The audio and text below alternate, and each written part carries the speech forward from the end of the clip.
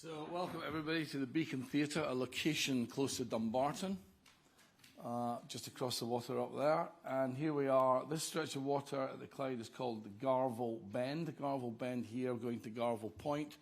It's the deep water on the Clyde. So when this village got started 400, 500 years ago, it was a fishing village. And the boats would come into here. And then out of that came the Industrial Revolution. Obviously the most famous son of Greenock is James Watt. And obviously steam engine was invented here. Then the shipbuilding came here. This building we're in, the Beacon Theatre, was built about 15 years, 20 years ago or so.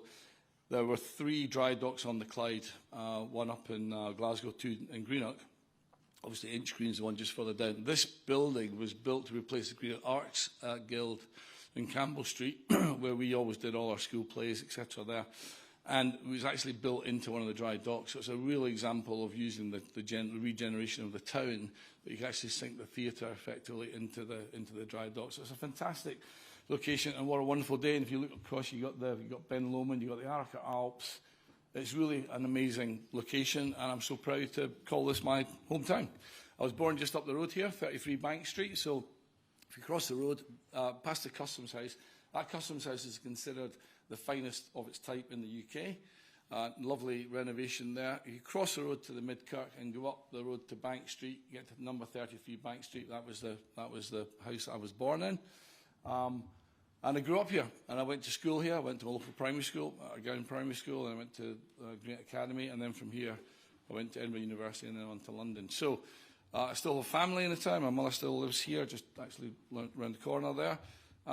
And so I'm back a lot. And so the question then came to, when I joined Reform, where would I stand? And for me, there was only one place I wanted to do that, to come here, back to Inverclyde, for a number of reasons. Obviously, it's my hometown, but also I think because, in a way, Inverclyde is almost like a microcosm of Scotland. And the issues we need to deal with in Scotland as a whole, we need to deal with in Inverclyde, and it's almost like if we can solve one, we'll solve the other.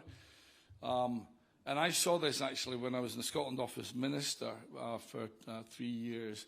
I actually joined the Inverclyde Task Force. It was set up. It was a really good initiative put together by Kate Forbes. And the local, then it was Ronnie Cowan MP and Stuart McMillan MSP, and we were part of the Inverclyde Task Force, trying to work out how we deal with the issues in Inverclyde, with all the potential we've got here. And actually, I was very proud also being at the Scotland Office, doing the levelling up agenda, doing the levelling up projects in the city and regional deals and town deals. And so I was always fighting hard for Inverclyde, and it became a bit of a standing joke actually in the Scotland Office, because every Monday morning on the meeting they say, what's Malcolm asking for Inverclyde this week? And in fact, in total, when you consider the various monies that we got for Inverclyde, the roadworks down at the Inverclyde Power Station, the ocean terminal just here, because the cruise ships used to come in, all the passengers had to go off and walk through the terminal, through the container terminal. So we did that, the ocean terminal there. We redesigned the money to redesign the Oak Mall in the city centre here. And then the town fund as well, the 20 million. And that came out to be £722 per person in Inverclyde.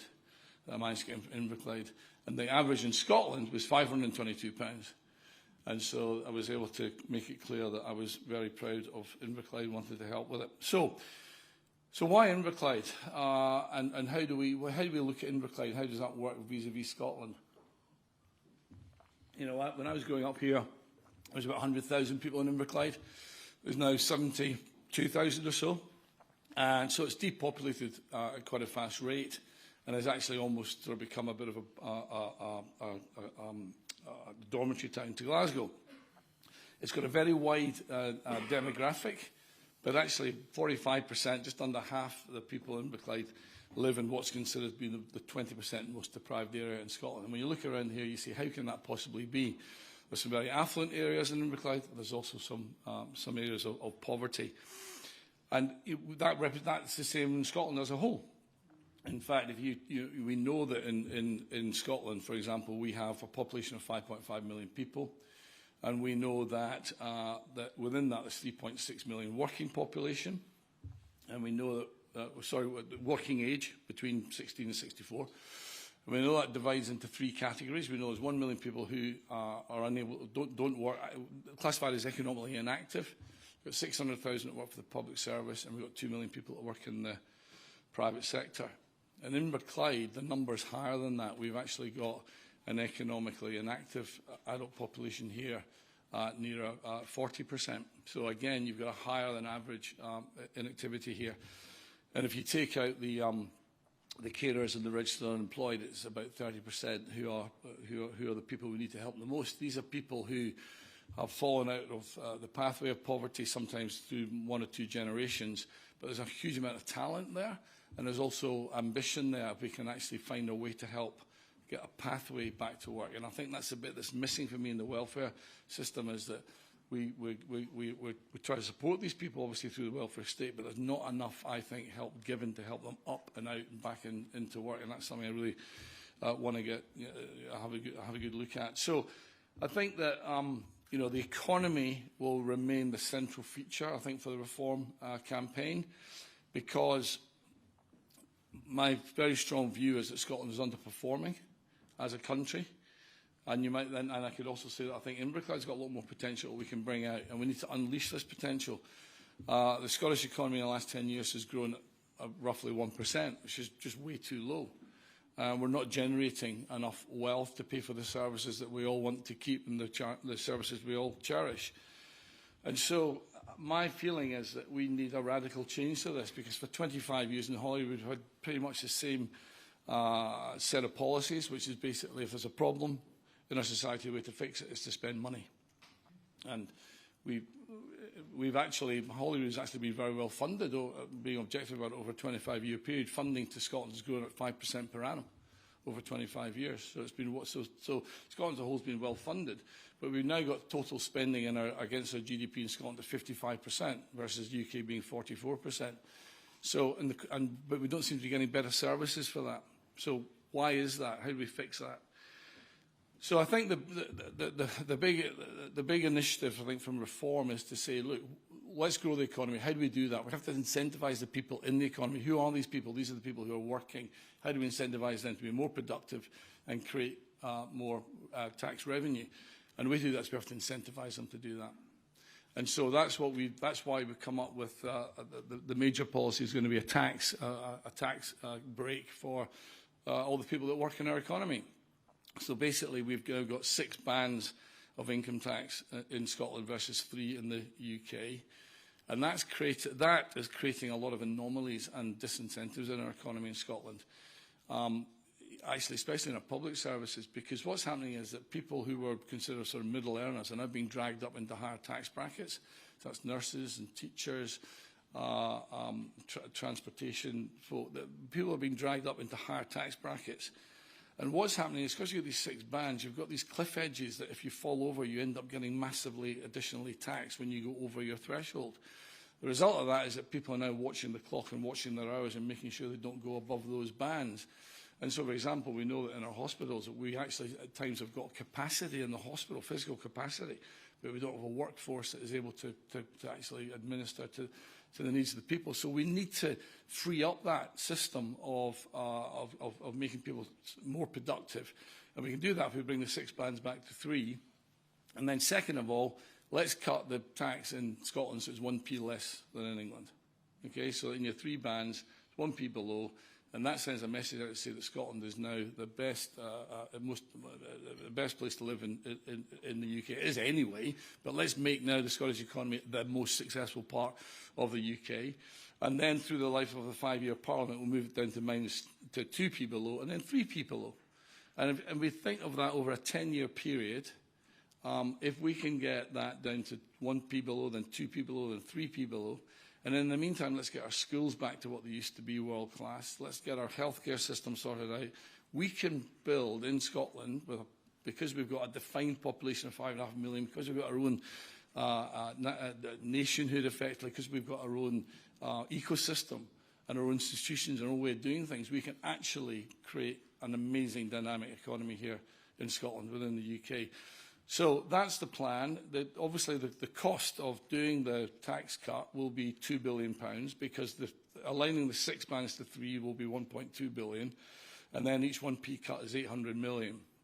That's 2 billion, but that's out of a Hollywood budget of 73 billion. So it's 3%. It's eminently possible. We can get that without cutting frontline services. We actually get that from cutting out of ideological projects, particularly around net zero, through cutting waste and duplication. We can find that 3% relatively easily without cutting frontline services. And here's the thing, that what that will do then is if we can generate an extra 1% growth in our economy, 1% over 10 years, 1% growth, if we get our economy going to 1%, then to 2%, then to 3%, and our target should be 3%, each 1% additional growth will raise 8 billion of tax. So you're putting 2 billion down, you're investing 2 billion in the economy, and the people in the economy, you get 8 billion back. And that seems like a good deal. And that way we collect more revenue, we have people more productive, we have more people in work. We then help to gravitate those who are not working back into work. We help them, we put a lot of effort into helping them get back into work. We get them into entry-level jobs. And the best way to get a better job is to have a job, and then you upskill and you get promoted and you move and you have a much more productive life. So that is a great vision, I think, for Scotland over the next 10 years.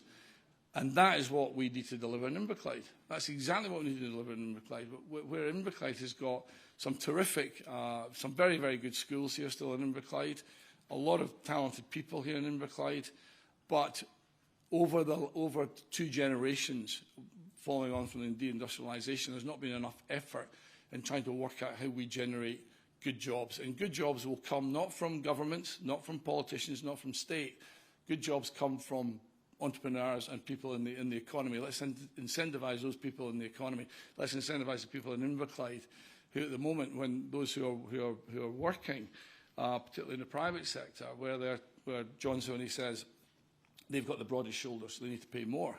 These are the people who are basically shrugging their shoulders and saying, why should I bother? Because if I work more hours, I just get taxed more.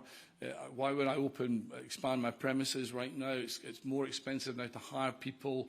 I'm not hiring anyone, etc. So the idea here is that we can unleash the economy by incentivising the people in the economy, and that's really the focus for reform. So I'm delighted to be standing in Inverclyde. I think there's a real opportunity to get Inverclyde going. We have within Scotland a number of centres of excellence where we have just world-class capability in certain business sectors. I won't list them all, but we know what they are. There'll be things like, obviously financial services, we're very strong. Things like advanced manufacturing, we're very strong.